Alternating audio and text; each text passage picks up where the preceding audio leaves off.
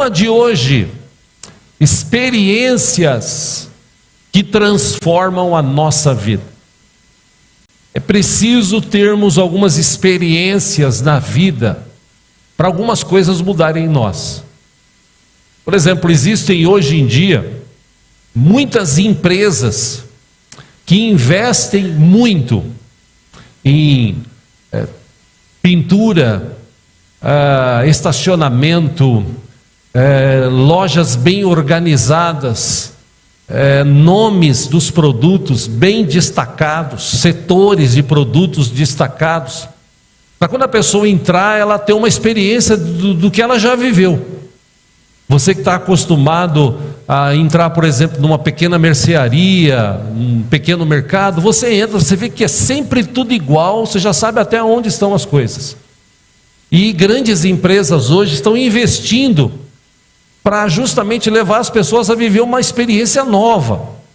Ela chegar naquele lugar e, uau, coisa linda, que maravilha.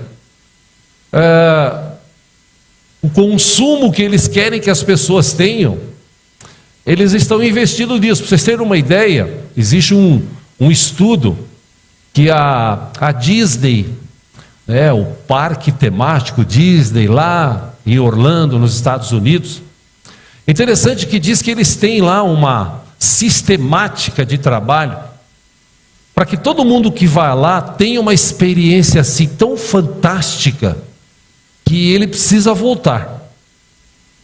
E geralmente quem vai uma vez, vai duas, vai três, porque sempre tem alguma coisa nova que marca a pessoa. Para você ter uma ideia, segundo dizem lá na Disney, todos os postes que tem, placas e tal, todas as madrugadas são repintados. Para quando a pessoa chegar, tem aquele negócio assim, nossa, está tudo novo, olha que bacana, tudo limpinho. Eles dizem que sempre fazem isso lá na Disney. Para quê? Para a pessoa chegar e ter aquela experiência de vida. Chegar assim, nossa, uau, eu nunca fui num lugar como esse. Existem shoppings e mais shoppings em São Paulo. Mas existem alguns shoppings que eles investem tanto nessa questão satisfação, gerar uma experiência nas pessoas, de uma forma que a pessoa volte. E em São Paulo existem shoppings bons, mas existem shoppings maravilhosos. Concessionárias de carro hoje eles estão se reinventando para vender os carros. Antigamente só colocavam um lacinho em cima, hoje você chega lá, só falta o cara fazer massagem. O resto é café, água, bolacha, poltrona, ar-condicionado. De 5 em 5 minutos chega alguém, está tudo bem, o senhor precisa de alguma coisa, tal, para a pessoa consumir. E quando ela compra o carro, ela sai dali vivendo uma nova experiência com um carro novo ou com um carro mais novo. Isso acontece em restaurantes. Isso acontece em lojas temáticas, lojas que vendem determinados produtos. Restaurantes hoje, eles estão procurando inovar no tempero, né? Tem lugares, existem pelo menos 2 sentidos do ser humano que chamam a atenção. Primeiro com os olhos e depois com o cheiro. Está mais do que provado que as pessoas comem com os olhos e com o nariz. Depois é que ele põe o alimento na boca. Ele olha, nossa, que coisa linda, olha que bonito esse prato. Aí ele cheira, nossa, e come.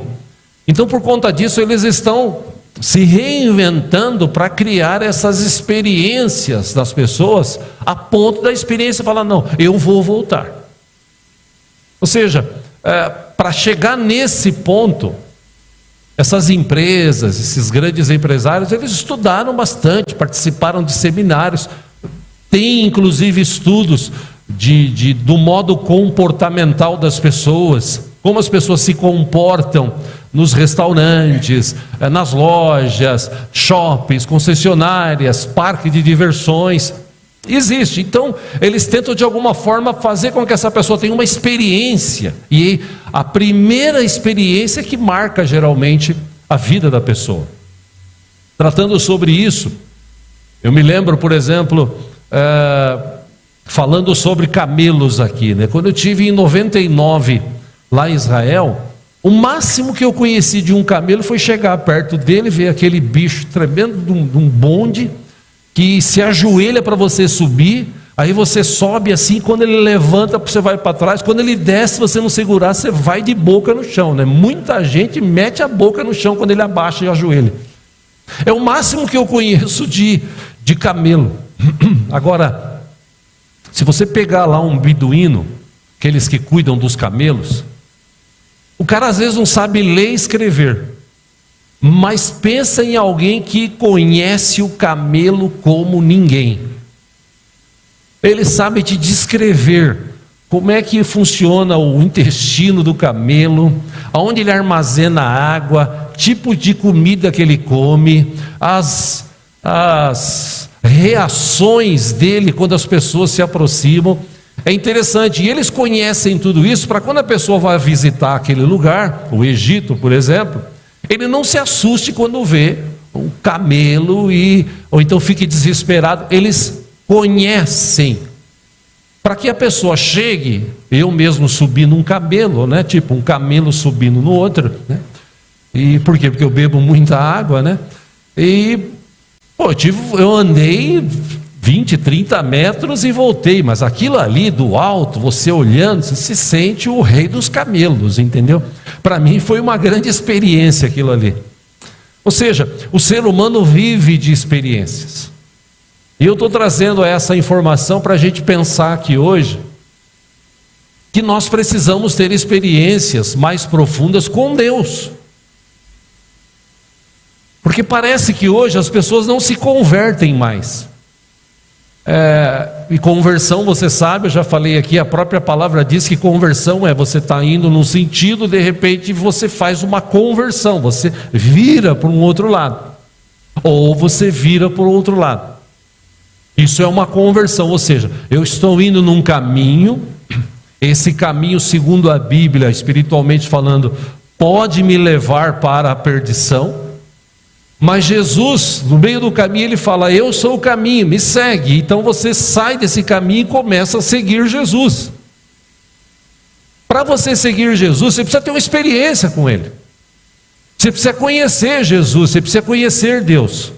Irmãos, se a gente passar a vida toda aqui nessa terra como nós passamos, lendo Bíblia, orando, nós ainda não vamos conhecer, acho que nem 2% de quem realmente Deus é.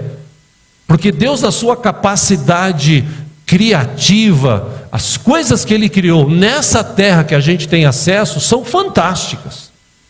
Imagina o universo, imagina os céus, imagina a glória do Senhor. Imagina isso, a gente não consegue imaginar.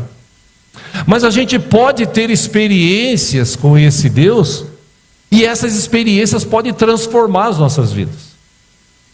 Eu tenho visto que nos últimos dias, muita gente, eu vou repetir essa palavra, parece que não se converte. Porque conversão, como eu disse, você está indo aqui, você muda para cá. Conversão muda princípios. Conversão muda nas nossas vidas pensamentos antigos. Conversão traz uma renovação na mente. Quando a gente conhece Jesus, Ele renova a mente. Quando a gente conhece Jesus, o seu Espírito Santo, Ele habita em nós, Ele nos convence, Ele nos leva a refletir, Ele nos leva a viver uma nova vida. Só não vive quem não quer, mas que Ele fala, que Ele ensina, isso é verdade, Ele fala e Ele ensina. Mas hoje em dia as pessoas estão tão acostumadas a ir para a igreja, que esse ir para a igreja está virando como ir para um clube, para a praia, para o campo. Tipo assim, quando eu tenho condição de ir, eu vou, não tenho, depois eu vou. E quem se converte mesmo de todo o coração, ele entende, ou pelo menos deveria entender, que a nossa vida não é mais aqui. A gente vive aqui, a gente trabalha aqui, a gente come aqui, mas a mente do cristão, como Paulo falou lá na igreja de Colossos, agora a nossa vida está escondida com Cristo. Quem conheceu Jesus, a sua mente agora está ligada lá. porque é lá que eu vou passar a eternidade. Por isso que eu não posso deixar nada nessa vida me prender aqui. E hoje a riqueza, os bens, a fama, está levando muita gente a ir para a igreja, mas só.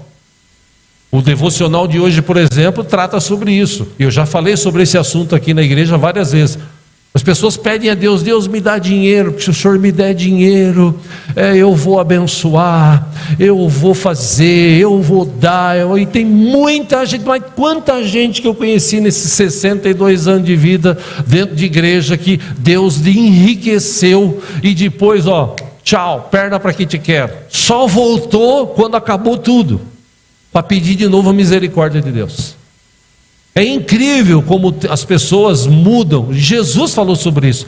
Toma cuidado, porque vai chegar uma hora que você vai ter que escolher ou Deus ou Mamon, que era um Deus que na época se adorava para se ter boas colheitas e tal. A palavra Mamon, traduzido para algumas versões, riqueza, dinheiro. Então você precisa decidir. Vai chegar uma hora que você vai ter que falar assim: ou é Deus ou é o dinheiro. E a maioria escolhe o dinheiro. E se você olhar a história do povo de Deus que saiu do Egito, a maioria escolhia as coisas boas que Deus dava. E o devocional de hoje trata sobre isso, porque eu coloquei lá uma pergunta: se Deus chegasse em você e falasse assim: filho, você está pedindo dinheiro, então eu queria saber para que você quer tanto dinheiro? Qual seria a sua resposta diante de Deus? Porque lembre-se, aquele que se converteu, ele tem uma nova vida, e nessa nova vida, nessa nova mentalidade, ele é abençoador, seja com o seu tempo, seja com o seu talento, seja com o seu dinheiro. Ele abençoa. E é interessante que, por exemplo, o pastor Lorival aqui teve semana passada falando sobre o projeto lá no sertão, que a nossa igreja tem participado lá com a Carisma de Osasco. É difícil falar sobre isso, e ele fala sobre isso, porque ele já foi várias vezes, ele vive o que está acontecendo lá, e os testemunhos que ele traz, de conversões, de pessoas necessitadas, pessoas que os políticos roubam todo o dinheiro que entra na cidade, e as coisas lá não funcionam porque os políticos são corruptos, desviam dinheiro. Vai o vereador ou o candidato a vereador, chega lá e fala: não, eu vou mudar isso aqui, basta você votar em mim. Mentira, é o que mais tem no meio do político, mentirosos. Mas ele falou aqui algo que me chamou a atenção nesse quesito conversão, experiência. Os meninos que foram lá, os 3 que foram, Gustavo, João Pedro, Davi, se você perguntar para eles como foi a experiência de vocês lá, nossa, eles vão falar e vão chegar a chorar, de ver a necessidade das pessoas, de ver a pobreza que as pessoas têm, de ver a gratidão que eles têm, gente que nem conhece eles, mas ainda assim está o amando, está indo lá, se gastando e deixando gastar, como Paulo falou, levando coisas para lá, como foi esse ano, 2 carretas que foi para lá, para abençoar aquele povo de uma cidade, um vilarejo lá, e ver a alegria. Quer dizer, se você perguntar para ele: nossa, puxa vida, eu vi isso, eu vi aquilo, entrei na casa de uma pessoa, a pessoa abriu a porta, a pessoa nem me conhecia, e a gente entrou, e nós fizemos uma oração e tal. Ou seja, esse sentimento que estava no coração do pastor Lorival, do pastor Anésio, do pessoal da Carisma, e que também eu creio que mexeu com esses irmãos, é esse sentimento de compaixão. E só sente compaixão quem se converteu. Isso é fato. Porque quem não se converte, ele não está nem aí para o mundo, nem aí para as pessoas.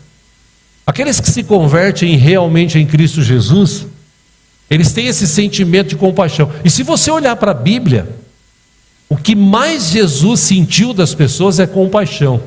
E é interessante que compaixão, a palavra compaixão é um sentimento piedoso de simpatia para com a tragédia pessoal de outrem. É a participação espiritual na infelicidade alheia. É um impulso altruísta de ternura para com aqueles que estão sofrendo. Essa é a definição do dicionário para a palavra compaixão. E como eu disse, Jesus, o que ele mais teve foi compaixão, inclusive de mim e de você. Se ele não tivesse compaixão de nós, não estaríamos aqui hoje. Só estamos aqui porque Jesus se compadeceu da minha vida. Compaixão é sentir o que o outro está passando. É um negócio que vem de dentro, das entranhas. Você sente o que o outro está vivendo, e você sente de tal forma que você não se conforma. Você fala, eu vou ajudar. E é interessante, eu separei alguns textos aqui, acompanha aqui no telão. Mateus capítulo 20, versículo 34. Diz assim: então Jesus, movido de íntima compaixão, tocou-lhe nos olhos, e logo os seus olhos viram, e eles o seguiram. Foi uma situação que Jesus enfrentou. Ele viu a pessoa, aquela necessidade, ele foi lá, tocou aquela pessoa por íntima compaixão, porque ele queria que aquela pessoa tivesse uma vida diferente, tivesse uma experiência com Deus, a ponto de mudar a história, e mudou a história. Em Marcos capítulo 8, versículo 2, Jesus diz, o texto diz assim: eu tenho compaixão da multidão, porque há já 3 dias que estão comigo e não tenho o que comer. Naquele momento da multiplicação, Jesus estava falando, o povo ao lado dele e tal. Ele olha e fala assim: espera um pouquinho, esse povo precisa comer, esse povo precisa se alimentar. E ele desafia os seus discípulos a tomarem uma atitude e tal. E um deles fala assim: só tem 5 pães e 2 peixes, tal. Não tem problema, traz aí. Jesus orou, e mais de 20.000 pessoas, 5.000 homens, mas não tinha só homem, tinha mulher e criança. Segundo estudiosos, mais de 20.000 pessoas foram alimentadas, e ainda sobrou, porque quando Deus faz infinitamente mais além daquilo que pedimos ou pensamos. Ou seja, em Mateus 14, Jesus saindo viu uma grande multidão, e possuído de íntima compaixão para com ela, curou os seus enfermos. Por último, Mateus 9,36, e vendo as multidões, ele teve grande compaixão delas. Por quê? Porque elas andavam cansadas, desgarradas, como ovelhas que não têm pastor. Ou seja, esse sentimento de compaixão, ele deveria estar no coração de todo cristão. Eu já disse aqui várias vezes, o sentimento do cristão, traduzindo para hoje, não é assim, cada um por si e Deus por todos. Não, é um por todos e todos por um.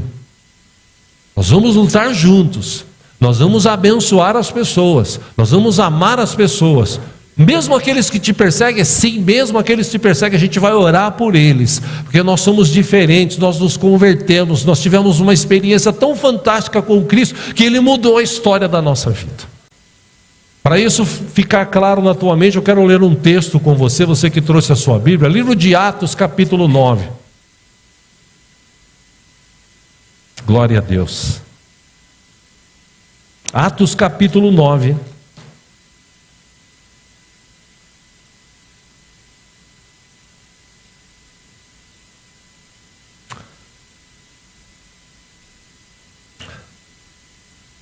Glória a Deus. Vamos ler a história aqui do apóstolo Paulo, que antes de ser apóstolo, antes de ser Paulo, ele era Saulo. E Saulo era um cara que perseguia os cristãos.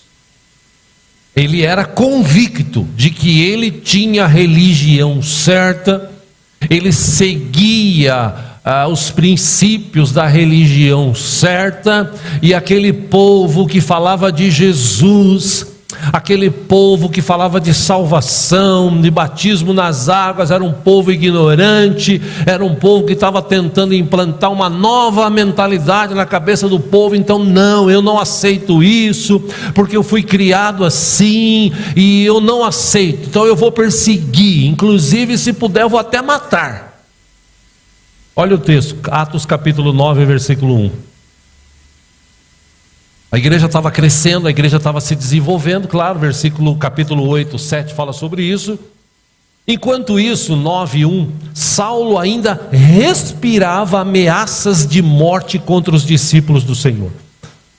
dirigindo-se ao sumo sacerdote, pediu-lhe cartas para as sinagogas de Damasco, de maneira que, caso encontrasse ali homens ou mulheres que pertencessem ao caminho, com C maiúsculo, a Jesus, pudessem levá-los presos para Jerusalém.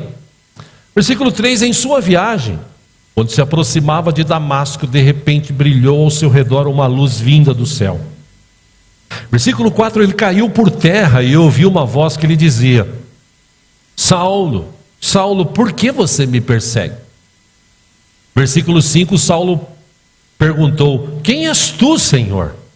Ele respondeu: eu sou Jesus, a quem você persegue. Versículo 6: levante-se, entre na cidade, alguém lhe dirá o que deve fazer. Os homens que viajavam com Saulo, pararam emudecidos. Ouviam a voz, mas não viam ninguém. Versículo 8: Saulo levantou-se do chão e, abrindo os olhos, não conseguia ver nada.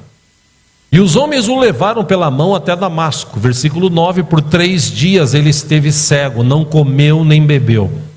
Versículo 10: em Damasco havia um discípulo chamado Ananias. O Senhor o chamou numa visão. Ananias, eis-me aqui, Senhor, respondeu ele. 11: o Senhor lhe disse: vá à casa de Judas, na rua chamada direita, e pergunte por um homem de Tarso chamado Saulo. Ele está orando. 12: numa visão viu um homem chamado Ananias chegar e impor-lhe as mãos para que voltasse a ver. 13: respondeu Ananias: Senhor, tenho ouvido muita coisa a respeito desse homem e de todo o mal que ele tem feito aos teus santos em Jerusalém. 14: ele chegou aqui com autorização dos chefes dos sacerdotes para prender todos os que invocam o teu nome. 15: mas o Senhor Jesus disse a Ananias: vá, este homem é meu instrumento, escolhido para levar o meu nome perante os gentios e seus reis e perante o povo de Israel. 16, olha que interessante o que Deus fala: mostrarei a ele o quanto deve sofrer pelo meu nome. 17, então Ananias entrou na casa, pôs as mãos sobre Saulo e disse: irmão Saulo, o Senhor Jesus, que lhe apareceu no caminho por onde você vinha, enviou-me para que você volte a ver e seja cheio do Espírito Santo. 18, imediatamente algo como escamas caiu dos olhos de Saulo e ele passou a ver novamente. Levantando-se, foi batizado. 19, depois de comer, recuperou as forças. Saulo passou vários dias com os discípulos em Damasco. 20, logo começou a pregar nas sinagogas que Jesus é o Filho de Deus. 21, todos os que ouviam ficavam perplexos e perguntavam: não é ele o homem que procurava destruir em Jerusalém aqueles que invocam esse nome? E não veio para cá justamente para levá-los presos aos chefes dos sacerdotes? Por último, 22, todavia Saulo se fortalecia cada vez mais e confundia os judeus que viviam em Damasco, demonstrando que Jesus é o Cristo. Algumas considerações em relação à conversão do Paulo. Como eu disse, Paulo perseguia o povo. E nessa perseguição que ele realizava, você viu aqui, ele tinha um ódio no coração.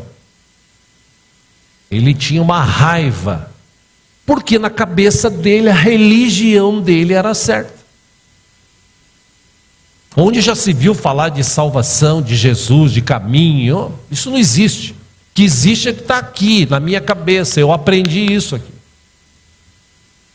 E ele pede uma carta e ele vai com essa carta em punho. Se você ler capítulos antes, você vai ver o texto relacionando, dizendo assim, que quando Estevão foi apedrejado, Paulo estava no monte, no alto do monte, só observando Estevão ser apedrejado. Imagina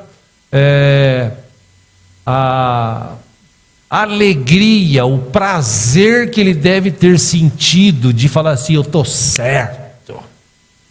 Aí, É isso mesmo, tem que matar mesmo, destrói, isso, apedreja até ele morrer. E eles ainda ficam revoltados que estão jogando pedras, porque Estevão fala assim: nossa, eu estou vendo Jesus e a sua glória. E Paulo vê ele sendo morto, sai dali e fala assim: me dá mais carta, que agora eu vou para Damasco, agora eu vou para tudo quanto é lugar, eu vou caçar esses cristãos aí. Até que no meio do caminho ele tem um encontro com Jesus. Jesus para, vem uma voz forte, ele perde a visão, ele fica sem saber o que fazer, de joelhos, caído.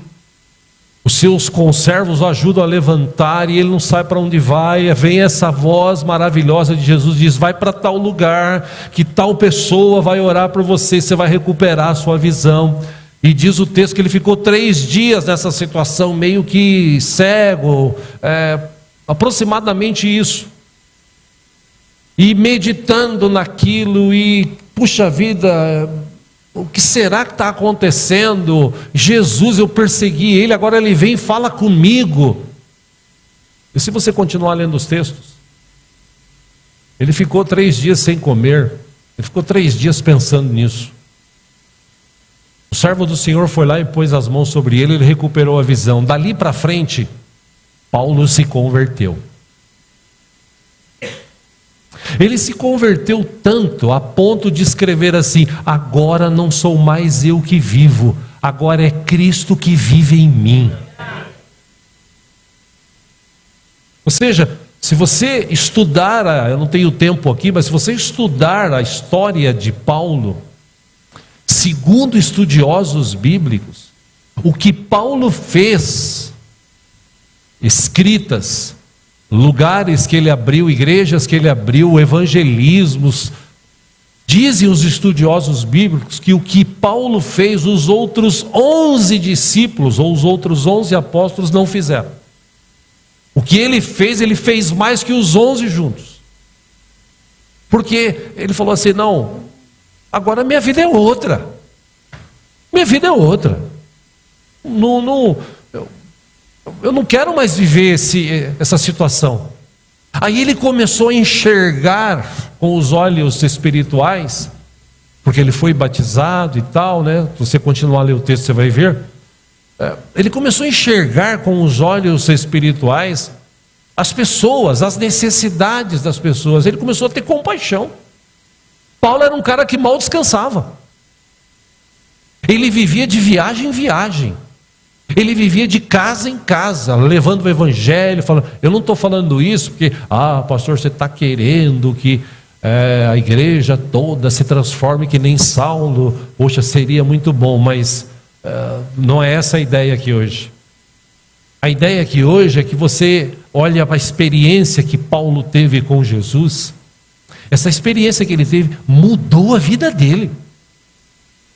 Mudou os conceitos, ele tinha preconceitos na mente, foram todos quebrados, apagados. Ele começou a enxergar a vida de uma outra forma. E esse camarada começou a buscar tanto a Deus, começou a orar, começou a estudar mais a palavra, e orava e estudava. Ele chegou num ponto da vida dele, irmãos, isso está escrito na palavra, ele chegou num ponto que Deus o pegou assim, Jesus, o texto diz, pegou e levou ele ao 3º céu. Ele ainda fala assim: eu não sei se eu estava no corpo ou fora dele, mas o que Deus me revelou são coisas assim indizíveis, eu não posso dizer. Ou seja, essa experiência que ele teve na vida mudou a vida dele de tal forma que ele começou a viver para Deus, viver com Deus. Se você olhar para a Bíblia, você vai encontrar outros homens que tiveram grandes experiências. Jacó teve uma experiência com Deus fantástica. Até então ele era um picareta. O nome dele diz isso.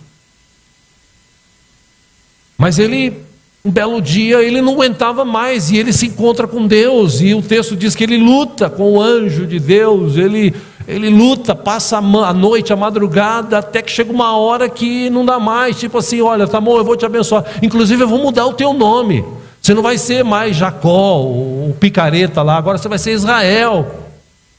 De você sairão Abraão, Isaac, Jacó, de você, Israel, sairá uma grande nação. Ou seja, ele teve uma experiência que mudou a vida dele.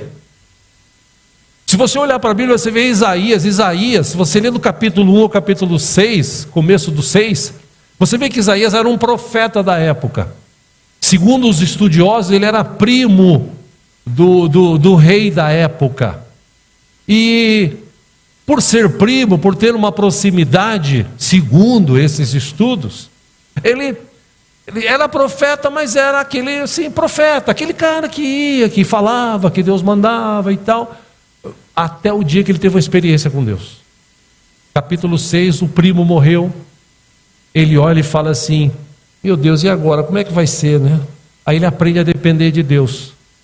Aí ele olha e aí ele vê o céu se abrindo, teve aquela visão. Aí ele vê Deus assentado no seu trono de glória, anjos, arcanjos, querubins, serafins, dizendo: santo, santo, santo, santo é o Senhor dos exércitos. Que ele olha e fala assim: meu Deus, eu vou morrer. Eu vi Deus e eu sou um cara de lábios impuros. Um profeta. Olha o que ele fala: eu sou um homem de lábios impuros, vivendo no meio de um povo de lábios impuros. Aí Deus fala assim: bom, então não é por isso não. O anjo vai, pega uma tenaz, pega lá uma brasa, coloca na boca dele, purifica a vida dele. Ele deve ter tido uma experiência assim tão forte, que Deus fala assim: agora quem que eu vou enviar? Ele fala: envia a mim, eu vou lá, eu vou falar o que tem que falar para esse povo. Ou seja, se você pegar na Bíblia, você vai encontrar pessoas que tiveram várias experiências com Deus. E é aqui que eu quero chegar, para encerrar. Porque as pessoas hoje, elas recebem Jesus, mas recebem assim, por uma informação. Jesus, Ele salva, né? Eu vou aceitar Jesus, né? Porque se eu não aceitar Jesus, eu vou para o inferno, né? E inferno, segundo a Bíblia, é um lugar de sofrimento. Então eu vou aceitar Jesus. Aí ele aceita Jesus. Mas ele aceita assim com um peso tão grande que quando ele vai para a igreja, ele fica: ai meu Deus, que hora que vai acabar esse culto? Eu não aguento mais. Não, mas eu tenho que ficar aqui, senão eu vou para o inferno. Ele não teve uma experiência com Cristo. E como o salmista disse: alegrei-me quando me disseram, vamos à casa do Senhor. Eu falei para um pessoal essa semana aqui, eu gostaria de ter aqui na igreja, a gente deve ter aqui uns 10, 15, mas eu gostaria de ter uns 30, 40. Entenda o que eu vou falar aqui, tá? Gente que torce para o time de futebol. Se torcesse para Jesus, conforme ele torce para o time, meu Deus do céu, essa igreja aqui já tinha crescido pelo menos umas 10 vezes mais. Por quê? Porque quando você fala do time, o cara fala: aqui é Corinthians, aqui é São Paulo, aqui e tal. Eu abracei até a torcida jovem, o irmão Antônio Pequeno está meio dormindo ali. Eu abracei aqui a torcida jovem, eu e ele juntos aqui do Santos, né? O cara vai para o estádio, o cara compra ingresso caro, o cara sai tarde do jogo, vai embora para casa feliz, meu time ganhou, vai pegar ônibus, vai dormir pouco, tem que levantar às 5, 6 da manhã para trabalhar, chega lá, ele fica todo, meu time ganhou. Puxa, como eu gostaria de ver gente assim, que nem torcedor de time. Aqui é Jesus, eu sou crente mesmo, e daí? Não, você é crente, sou. Você dá dinheiro para o pastor? Você que imagina, eu dou dinheiro para a igreja. Ah, você vai na igreja todo domingo? Vou sim, com muita alegria, porque eu tenho o prazer de estar na presença de Deus, e vou levar quantos eu puder. É gente que teve experiência com Cristo, gente que a vida mudou. Amém? Que eu falo, pessoa na hora do gol, ele grita: gol! Pula até gol! Tá, abraça! Oh, aleluia! E tá. Aí na igreja, Jesus está aqui. Amém. Aleluia. E Jesus está aqui hoje. Está aqui hoje. Era motivo.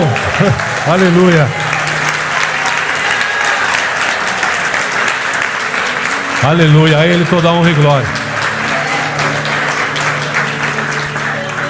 Era motivo da gente estar feliz. Eu vou para a igreja assim, eu vou assistir o culto, eu vou bater palma até estralar minha mão, eu vou gritar, eu vou glorificar. Por quê? Porque o Rei dos Reis, Senhor dos Senhores, Ele está presente aqui nesse lugar. Ele não desiste de mim. 2 ou 3 reunidos, Ele está presente, Ele se importa comigo. Então Ele que me abençoa. O time de futebol não faz nada por você, a empresa de você só te paga o salário. Jesus te dá vida e te dá vida com abundância. Jesus anda comigo e contigo toda hora, todo momento. Então me permita, como pastor, falar isso. Essa é a minha frustração, porque eu gostaria de ver as pessoas nos cultos, né, batendo palma e cantando e glória a Deus, e as pessoas vêm para a igreja todas assim: mas Senhor, irmão, tudo bem? Tá tudo bem. Mas em casa liga a televisão, opa. Não dá para entender. Só quem teve uma experiência com Jesus mudou a vida de tal forma que agora não é mais a pessoa que vive, é Jesus que vive nela. Ela respira Jesus. Ela, me permita essa expressão, exala Jesus. Eu nunca me esqueci, uma vez, estou encerrando aqui, pastor Gernando, há uns anos atrás, sei lá, uns 15 anos atrás, a gente estava junto. Ele falou: cara, eu fui num congresso lá nos Estados Unidos, lugar grande, cheio de gente e tal. E ele falou: eu estava num lugar assim, louvando a Deus, e tinha um senhor assim, negrão, tá, paletó, e aquele cara suava, rapaz, e tal, e ele glorificava, ele cantava e tal. Ele falou: cara, eu fiquei tão impactado que eu ficava do lado dele, parecia, ele usou essa expressão, saiu uma energia positiva do cara assim, de um Espírito Santo tão forte na vida dele, que chegou a abalar a minha vida, que eu não ficava parado, eu glorificava, eu pulava também, eu cantava. Ou seja, nós somos o canal de Deus para abençoar essa geração, para abençoar esse povo. Mas a gente precisa conhecer esse Deus, a gente precisa ter experiências com Deus. Não é chegar no culto, aleluia, acabou o culto, e aí, quanto que foi o jogo? Deu tudo certo, lá ganhamos, tal. Ixi, amanhã eu tenho que pagar a conta. Não, acabou o culto, você sai glorificando, você sai adorando a Deus. Você inclusive fala assim: eu vou voltar de noite, vou trazer outra pessoa, porque essa pessoa precisa ouvir essa palavra, precisa ser transformada, a minha família precisa ser alcançada. Vamos deixar de transformar a igreja em clube. Igreja é um lugar onde Cristo está presente. 2 ou 3 reunidos no nome dele, ele está presente. Último texto, a primeira parte desse texto, Oséias capítulo 6, versículo 3, acompanhe aqui. Está assim escrito: conheçamos o Senhor, esforcemo-nos em conhecê-lo. Tão certo como nasce o sol, ele aparecerá. Virá para nós como as chuvas de inverno, como as chuvas de primavera que regam a terra. Mas é preciso querer, desejar, conhecer. A gente aqui tenta, eu vou usar essa expressão, tenta. A gente tenta aqui na igreja criar um ambiente para que as pessoas possam ter prazer de louvar a Deus, ser bem atendida, ter um bom banheiro, água gelada, ar-condicionado, espaço amplo, lugar para sentar, tal. Isso tudo só ajuda, porque o mais importante de tudo está aqui: Jesus Cristo. Você pode até não vê-lo ainda, mas você pode senti-lo e transformar cada culto numa experiência que transforma a sua vida. Você entra de um jeito, você sai de outro. Porque, meu irmão, vamos partir do princípio que você vai num culto e você sai do mesmo jeito, alguma coisa está errada. Ah não, a culpa é do pastor aqui, a culpa é dos irmãos, cantaram aquelas musiquinhas lá, não gostei. A culpa é daquela pessoa que estava na portaria. Não, a culpa é sua. Porque se você entrar aqui para louvar, adorar a Deus, eu duvido que você saia do mesmo jeito, duvido, e faço pouco ainda, como eu diria no passado. Porque Jesus transforma, Jesus dá vida. A questão é que a gente teve experiências, algumas, teve gente que teve experiência assim, ele começou a orar, ele, ai, aleluia, aí acabou o culto, Amém, aleluia. Ó vida, ó dor. Eu já falei, tem gente que chega aqui na igreja com fardo pesado. Jesus falou, dá o seu fardo para mim que é pesado, eu vou dar um para você que é mais leve, tá? Então ele deixa o fardo na porta da igreja. Aí ele levanta, ai, glória a Deus, aleluia. Oh, bendito seja o Senhor, canta, ouve a palavra, aleluia, glória a Deus. Jesus fala, agora leva o meu fardo. O fardo de Jesus é assim, é mais leve, né? Aí ele chega na porta e ele fala assim, mas esse fardo está muito leve, eu quero o meu. Aí ele sai para casa assim, ai meu Deus. Aqui não tem ninguém assim, eu estou falando o pessoal de outras igrejas, tá, gente? Lá do Átrio, inclusive, viu, Norval? A verdade, meus irmãos, é que Cristo está em todos os cultos. E nós podemos ter experiências com Ele, sair daqui curado, sair daqui liberto, sair daqui transformado, sair daqui com uma mentalidade, sentir esse que Jesus sentiu por mim e por você, nós sentimos pelas outras pessoas, se importar com elas, ter compaixão dessas pessoas. E o bom disso tudo é que Jesus, Ele morreu na cruz por mim e por você, justamente para trazer essa transformação. Que a gente possa entender isso hoje e ter essa experiência que marque a nossa vida, que mude a nossa vida. Amém? Vamos ficar em pé, vamos orar?